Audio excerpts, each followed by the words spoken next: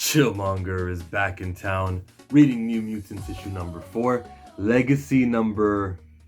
It doesn't say.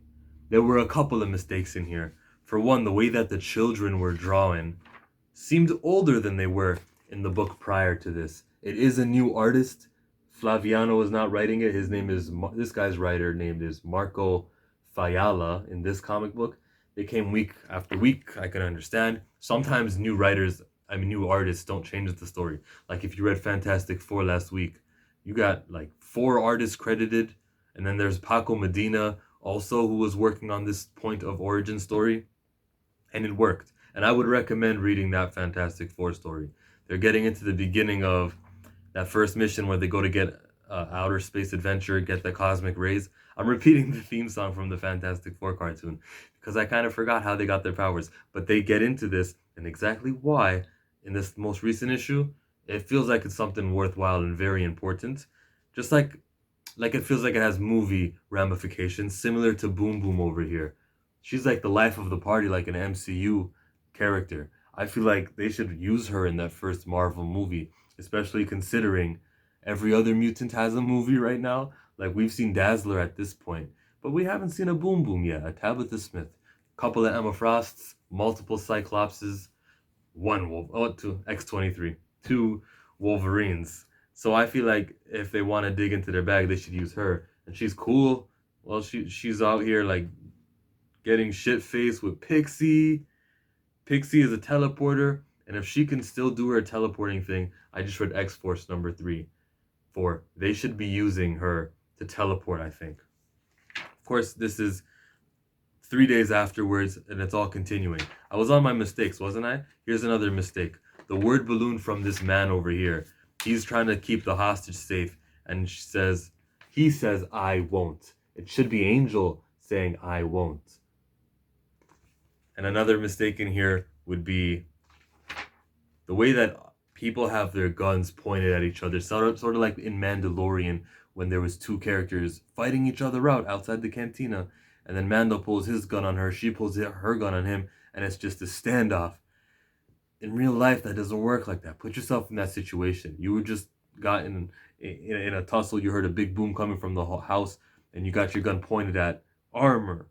Now, and of course it's an homage to the Hive song Tick Tick Boom, or it's not, and it's just Tick Tick Boom. But when I hear that boom, and I was last pointing my gun at the head of Armor, I would have pulled that trigger and killed Armor, realistically speaking.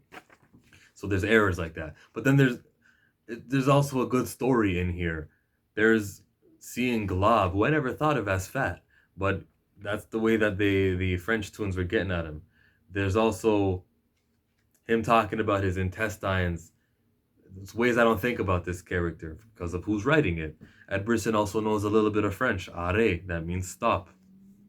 Yeah, it does mean stop. I've been to Quebec, and that's what they say on the stop signs over there. And if you talk to anyone in Quebec in English, and they know you speak only English, they'll reply to you in French.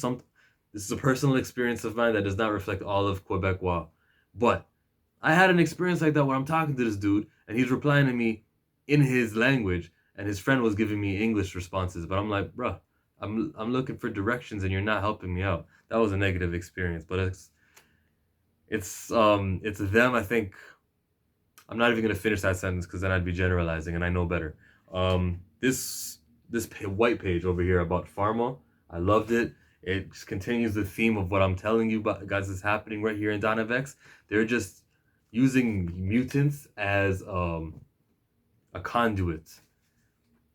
There's this country called Costa Perdita. Did I read that wrong? No, that's what it's called. If I were to guess, it was Nicaragua reimagined. There's a new sickness out in town. We learned from the last comic book, but they changed it up, and I saw a review of Comic Book University because I like to watch others' reviews after I do mine. I haven't seen anyone else's reviews at this point of Dawn of X, but I will watch them all later. But I saw him say that it's a made-up disease that he made because it would be insensitive to say something like cancer. Someone who might be going through that might be reading it and might feel down, or maybe somebody lost a loved one to cancer. You don't want to bring those memories into their head. So the little Alzheimer's or forgetful disease that happened that was uncurable. It was a completely made up, a completely fictional name, which probably has like an Easter egg in its origin. Was this a good book? Yes. Final page was an homage, and you can't tell me otherwise, to my favorite comic book, Uncanny X-Men 517. The page of Bobby Drake, Iceman. It was Colossus and Tabitha Smith. Boom Boom. And they were walking away from an explosion. They just had put Predator X in the ringer.